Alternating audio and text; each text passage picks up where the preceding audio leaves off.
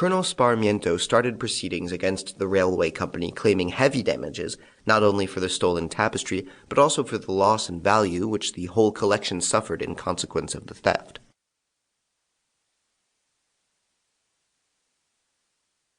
The police instituted inquiries. The company offered a large reward. A fortnight later, a letter which had come undone in the post was opened by the authorities and revealed the fact that the theft had been carried out under the direction of Arsène Lupin, and that a package was to leave next day for the United States.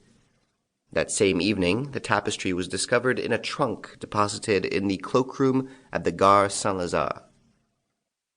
The scheme, therefore, had miscarried. Lupin felt the disappointment so much that he vented his ill humor in a communication to Colonel Sparmiento, ending with the following words, which were clear enough for anybody. "It was very considerate of me to take only one. Next time I shall take the 12. Verbum sap. A.L." Colonel Sparmiento had been living for some months in a house standing at the end of a small garden at the corner of the Rue de la Faisanderie and the Rue Dufresnoy. He was a rather thick-set, broad-shouldered man, with black hair and a swarthy skin, always well and quietly dressed.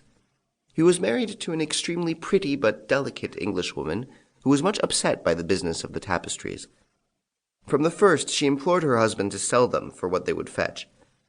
The colonel had much too forcible and dogged a nature to yield to what he had every right to describe as a woman's fancies. He sold nothing, but he redoubled his precautions and adopted every measure that was likely to make an attempt at burglary impossible.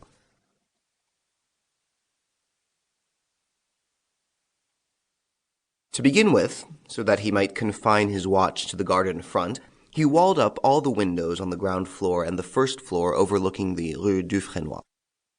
Next, he enlisted the services of a firm which made a specialty of protecting private houses against robberies.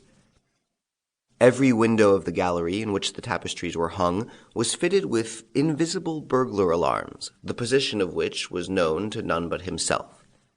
These, at the least touch, switched on all the electric lights and set a whole system of bells and gongs ringing. In addition to this, the insurance companies to which he applied refused to grant policies to any considerable amount unless he consented to let 3 men, supplied by the companies and paid by himself, occupy the ground floor of his house every night. They selected for the purpose 3 ex-detectives, tried and trustworthy men, all of whom hated Lupin like poison. As for the servants, the colonel had known them for years and was ready to vouch for them. After taking these steps and organizing the defense of the house as though it were a fortress, the colonel gave a great house-warming, a sort of private view, to which he invited the members of both his clubs, as well as a certain number of ladies, journalists, art patrons, and critics. They felt, as they passed through the garden gate, much as if they were walking into a prison. 3 private detectives, posted at the foot of the stairs, asked for each visitor's invitation card and eyed him up and down suspiciously.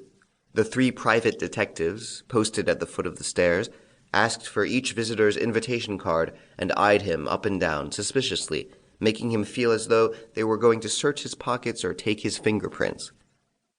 The colonel, who received his guests on the first floor, made laughing apologies and seemed delighted at the opportunity of explaining the arrangements which he had invented to secure the safety of his hangings. His wife stood by him, looking charmingly young and pretty, fair-haired, pale and sinuous, with a sad and gentle expression, the expression of resignation often worn by those who are threatened by fate. When all the guests had come, the garden gates and the hall doors were closed. Then everybody filed into the middle gallery, which was reached through 2 steel doors, while its windows, with their huge shutters, were protected by iron bars. This was where the 12 tapestries were kept. They were matchless works of art, and taking their inspiration from the famous Bayeux tapestry attributed to Queen Matilda, they represented the story of the Norman conquest. They had been ordered in the 14th century by the descendant of a man-at-arms in William the Conqueror's train, were executed